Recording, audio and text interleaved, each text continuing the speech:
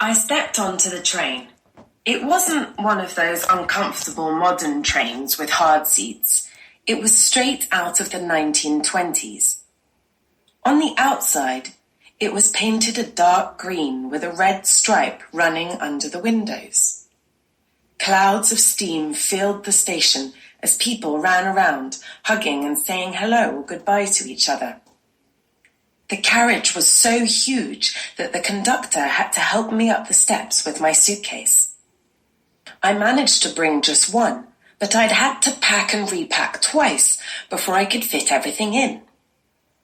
It was going to be hot, and I had my sun hat and sunglasses on top of my clothes so that I could get them easily when I arrived.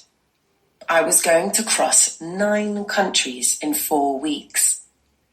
I had originally planned to visit 15, but decided at the last minute that it would be better to go to fewer and spend more time in each.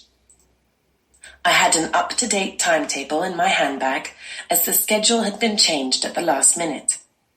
I had also been warned that train times would be likely to change over the period I was away, so I would need to check all of them in advance.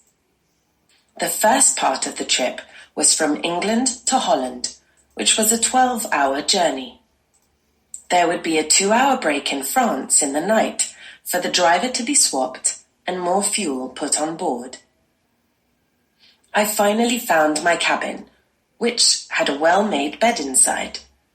There was also a cute sink and a mirror. I left my suitcase there and went to sit in the dining carriage. At my table, there was a tall man who turned out to be a well-known author.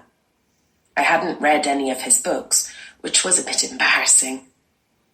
He was very nice, and we talked all through our dinner. The food was delicious, with a tasty sponge cake for dessert. After that, I went back to my cabin completely full. Once I was in bed, I studied my holiday map. I like to know where I'm going, and geography has always interested me. It took me ages to get to sleep because I simply couldn't wait to get to Holland. It would be my first ever time there. I finally fell asleep and dreamed of sitting on a barge on a Dutch canal.